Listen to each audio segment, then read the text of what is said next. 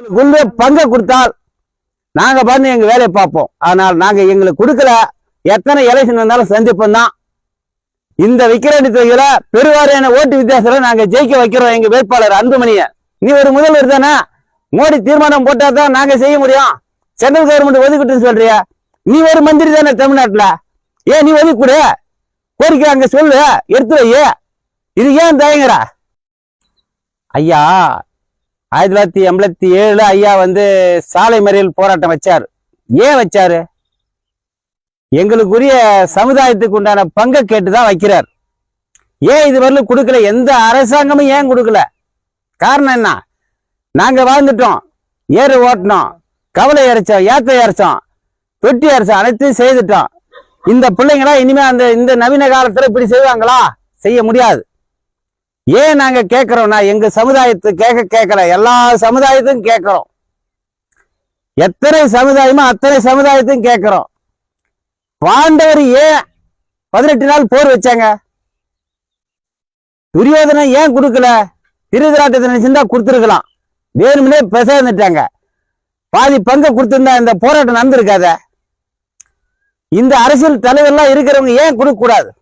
பங்குட்டு எங்களுக்குரிய பங்கு 100 ரூபாய் கொடுக்குறோம்னா எத்தனை பேர் கொடுக்கணும்? அந்தந்த கம்யூனிட்டிக்கு இத்தனை ரூபாய், இவ்வளவு ரூபாய் அப்படின்னு பங்கிட்டு கொடு. ஏன் புள்ள 3 degree BSc computer science, BSc MSc 3 degree முடிச்சு இன்னைக்கு வேலை கிடைக்கல. காரணம் என்ன? சமுதாயத்துல எங்களுக்கு இடஒதுக்கீடு கொடுக்கல. இந்த மாதிரி சமுதாயத்துக்கெல்லாம் நாளைக்கு கவர்மெண்ட் வேலை கிடைக்கணும், படிக்கணும் அப்படின்ற காரணத்தினாலதான் நாங்க கேட்கிறோம். ஐயா ஒண்ணு எடுத்து போதில்ல, அன்புமணி ஒண்ணு எடுத்து போதில்ல. சொல்லுவாங்க, அங்க போனாரு பொட்டி வாங்கினாரு, இங்க போனாரு பொட்டி வாங்கினாரு. எங்க போனாலும் 2 சீட்டு நம்மளுக்கு கூட கிடைக்கணும் தான் நாம பாக்குறோம். உரிமை அதான். எந்த கட்சியில போனாலும் போட்டு மெரிக்கிறான்.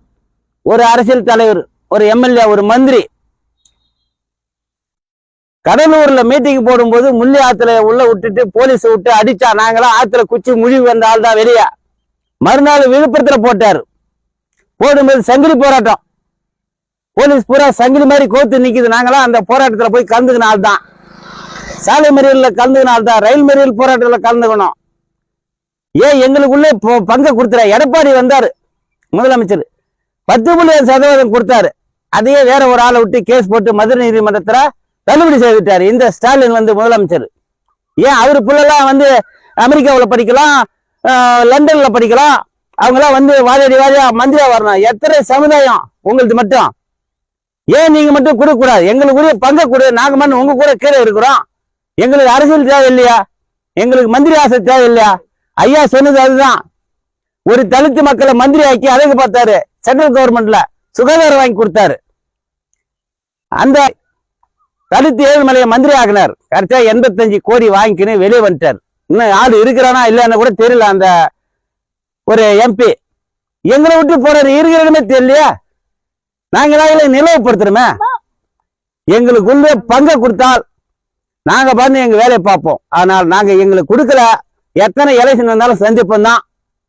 இந்த விக்கிரவாண்டி தொகுதியில பெருவாரியான ஓட்டு வித்தியாசத்துல நாங்க ஜெயிக்க வைக்கிறோம் எங்க வேட்பாளர் அன்புமணியை. எங்களுக்குரிய பங்கை கொடுக்க சொல்லுங்க. இப்ப கூட மோடி கிட்ட வை கோரிக்கையா.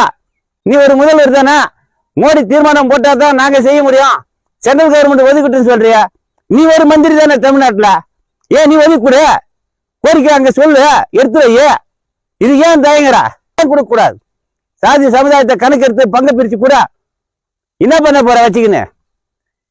உங்க பிள்ளைய படிக்கணும், உங்க பிள்ளைய மந்திரியா வரணும், நீங்களே வாழணும்னாக்கா நாடு கொள்ளாது. இனிமேல் நாங்க கொதித்து எழுவோம்.